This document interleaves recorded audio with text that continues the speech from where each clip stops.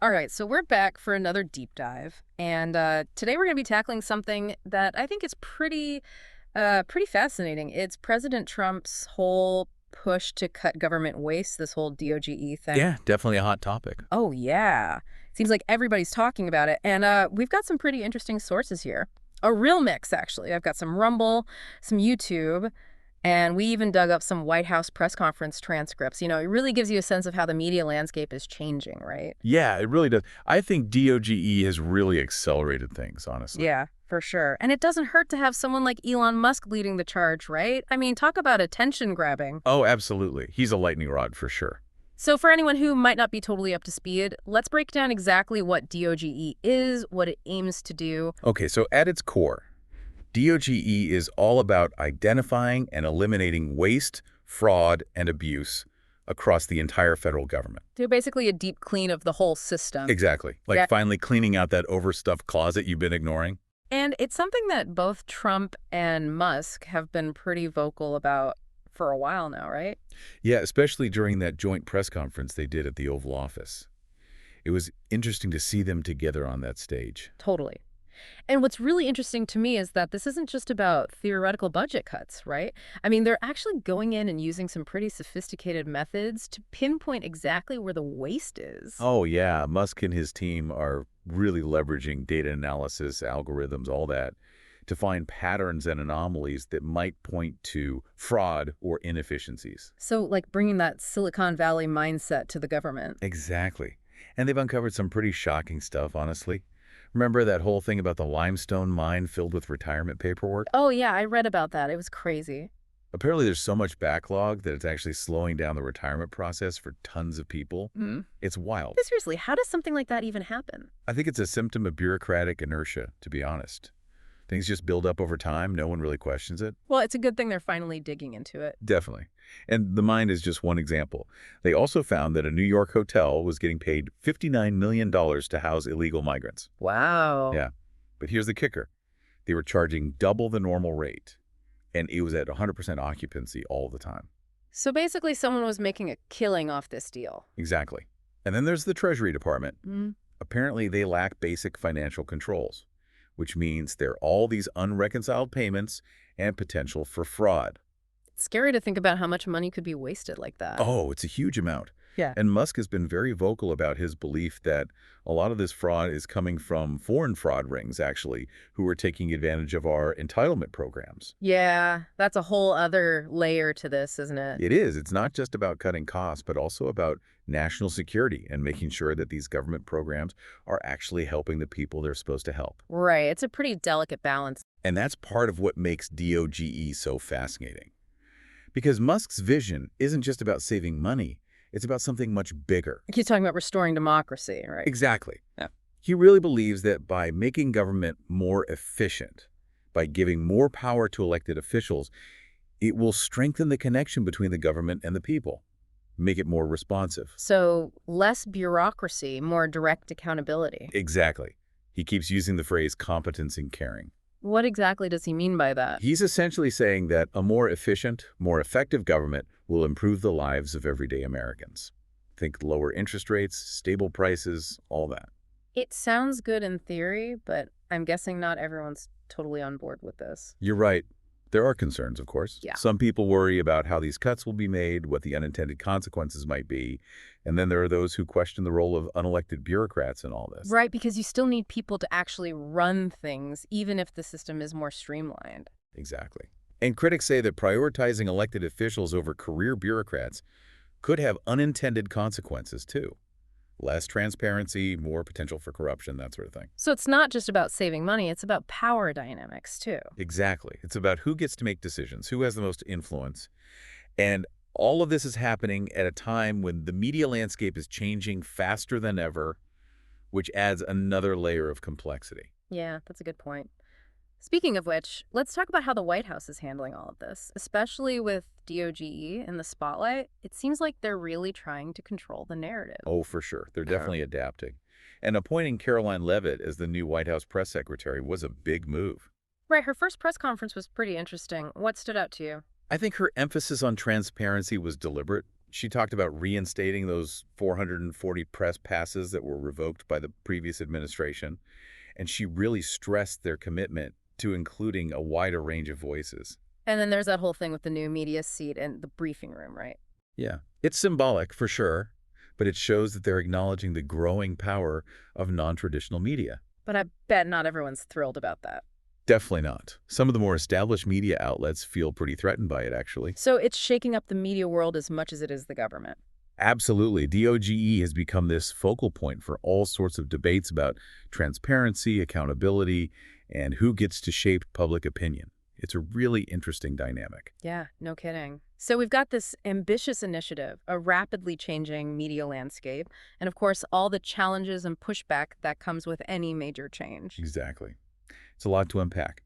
But before we get into the specifics of those challenges, I think it's important to acknowledge that there are a lot of different perspectives on DOGE, and some people have very real concerns about its potential consequences. Okay, so let's dive into that. Let's talk about some of the criticisms, the legal hurdles, and the potential conflicts of interest that are swirling around this whole DOGE initiative. Right. You've got folks who are worried about the specifics, like what'll happen if they cut this or that program. And then you've got others who are questioning the whole approach, like, is this even the right way to go about reforming the government? And I imagine some people are a little uneasy about Musk's involvement, too. Oh, definitely. There are definitely some concerns about potential conflicts of interest there. But yeah, in terms of those legal hurdles, one of the biggest critics has been Senator Rand Paul. I think I saw him talking about this on a news clip, yeah. What was his argument again? Well, he's basically saying that some of these DOGE cuts, they might actually need a vote in Congress, that Trump can't just do it on his own. Ah, so it's a question of executive power then. Exactly, classic Washington power struggle. And then, of course, you have people worried about the impact of all these cuts. Because, I mean, saving money is great and all, but what if it ends up hurting vital programs or services? Right, that's the big question. Like, some folks are really worried about the potential impact on organizations like USA. They say cutting their funding could undermine all these important development programs, maybe even create national security risks down the line. So how are Trump and Musk responding to all of this? I mean, it sounds like they're getting hit from all sides. Well, their main argument is that they're not just slashing budgets randomly. They're saying they're being very careful, working with agency heads and the president to make sure they're not cutting anything essential. And they are trying to be transparent about the whole thing, right? Like, they've got that website and the X account where they post updates and stuff. Yeah, exactly. It's definitely an attempt to show people what they're doing, how they're doing it. Yeah. But whether that'll be enough to convince the skeptics, I don't know. I mean, transparency is great, but it doesn't necessarily address the underlying concerns, does it? Like, even if they're being open about it, some people are still going to be worried about those potential conflicts of interest with Musk. Oh, absolutely. Yeah. And that's not going away anytime soon.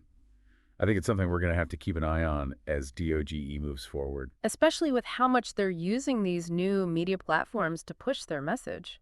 It's kind of like they're bypassing the traditional media altogether and going straight to the people. Yeah, and it's a smart strategy, honestly. Yeah. It seems to be working pretty well, at least with a certain segment of the population. Like, the folks who already distrust the mainstream media, they're eating this up. But I'm guessing that approach probably alienates others too, right? Like the people who are already skeptical of Trump and Musk. You're right. It's definitely a polarizing strategy. Yeah. And it feeds into this whole problem of echo chambers and misinformation, which is something we should probably talk about more. Yeah, because even if DOGE is successful in cutting waste and saving money, what if it also contributes to a more divided, more polarized society? That's a pretty significant risk. It is. And it's a risk that I don't think a lot of people are talking about. Like, if we're all just stuck in our own little bubbles, only consuming information that reinforces our existing beliefs, how can we have any kind of productive conversation about the things that matter? Right, exactly. It seems like a recipe for disaster, honestly. Because even if you agree with the goals of DOG, even if you think it's a good idea, you have to admit that the way it's being rolled out, the way they're communicating about it, it's all very divisive. Oh, for sure. And that's a problem. Because if you want to build lasting change, you need to bring people together, not drive them further apart. And I'm just not sure DOGE is doing that right now. Yeah, it seems like they're more focused on winning the argument than actually addressing the underlying issues. But anyway, let's step back for a second. We've talked about the criticisms, the legal hurdles, the potential conflicts of interest. What about the actual impact of DOGE? Like, what have they accomplished so far? Have they actually saved any money? That's a great question. And to be fair, it's still pretty early to say for sure. I mean, DOGE has only been in operation for a few months, but they are starting to make some progress. Like what? Give me some examples. Well, they've already identified a number of programs and agencies that they say are wasteful or redundant. And they've started making cuts. Like, they've shut down a few government offices, they've reduced funding for certain programs, things like that. So it's not just talk, they're actually taking action. Right. But it's important to remember that cutting spending is only one part of the equation. The real challenge is making sure those cuts don't end up doing more harm than good. Because it's one thing to trim the fat, but you don't want to cut into the bone, so to speak. Exactly. And that's where things get tricky. Because sometimes the programs that seem wasteful or unnecessary on the surface, they actually serve a vital purpose. So it's all about finding that balance, right? Cutting costs without compromising essential services. Right. And that's not easy, especially when you're dealing with something as complex as the federal government. And it's probably even harder when you've got someone like Musk at the helm, who's known for being, shall we say, a bit impatient. Oh, yeah. He definitely likes to move fast and break things. Which can be great in the tech world, but maybe not so much when you're dealing with something as delicate as government policy. It's a good point. Yeah. And it's something that a lot of people are worried about. Like, what happens when Musk's desire for speed clashes with the realities of government bureaucracy? Yeah, because things tend to move a lot slower in Washington, don't they? Oh, yeah. It's a whole different world. And it's going to be interesting to see how Musk adapts to that environment. Because if he tries to force things too quickly, he could end up making things worse. Well, that's definitely something to keep in mind as we continue this deep dive. So to recap, we've got this ambitious initiative, DOGE, led by none other than Elon Musk. We've got a rapidly changing media landscape that's amplifying both the excitement and the concerns surrounding this whole thing. And we've got a lot of unanswered questions about the potential impact of DOGE, both positive and negative. Yeah. Exactly. It's a really complex issue. And honestly, I don't think anyone knows for sure how this is all going to play out. But that's what makes it so fascinating to watch. Yeah, it's like a real-time experiment in government reform. And we're all just along for the ride. And it's a ride that's getting bumpier by the day. Okay, so let's talk about some of those bumps. Specifically, let's dig into some of the more controversial aspects of DOGE, the things that have really been drawing criticism. But what exactly? Well, I'm thinking about those allegations of conflicts of interest with Musk. And then there's that whole thing with the judge who tried to block DOGE's investigations. And of course, we can't forget about Trump's infamous temper tantrum over those government contracts. Oh, yeah, that was a good one. So, are you ready to dive into the muck? Let's do it. All right, so where were we? Oh, yeah, the muck. So, conflicts of interest, judges, and Trump's temper. What a combo. It's like a political thriller, honestly. Yeah. But before we get too sidetracked by the drama, I want to circle back to something you said earlier about DOGE being more than just about saving money. Right. It's about transforming the government itself, making it more efficient, more accountable, that whole competence and caring thing. And I think those specific examples of waste we talked about, they really illustrate that point, don't they? Like, it wasn't just about the dollar amount. It was about the broken systems, the lack of accountability, the fact that these things were allowed to happen in the first place. Exactly, like that limestone mine. It's almost funny when you think about it. But it represents a very real problem.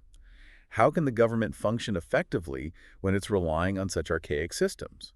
It's like they're stuck in the Stone Age, literally. And it makes you wonder, what other inefficiencies are lurking out there? What other things are slipping through the cracks because the system is just so outdated? That's a good question. And I think it highlights a crucial point.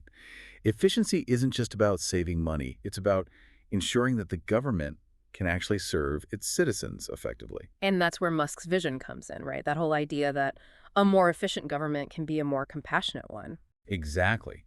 Because if you're wasting less time and money on bureaucracy, you can free up those resources to actually help people. It makes sense in theory, but I'm curious, how do you actually implement that in practice? Like, how do you ensure that those efficiency gains actually translate into better services for citizens? That's the million-dollar question. Yeah. And honestly, I don't think anyone has a perfect answer.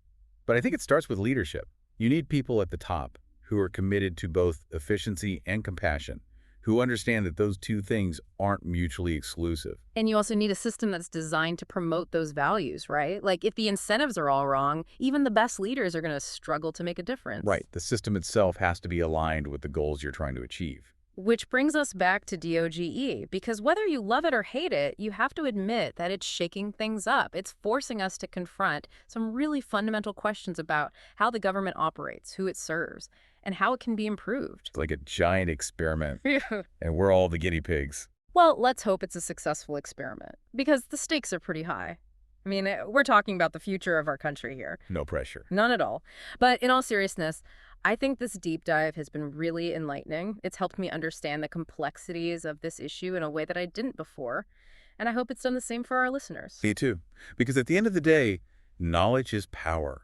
The more we understand about how the government works, how it's changing, the better equipped we'll be to hold our leaders accountable and demand better. Absolutely.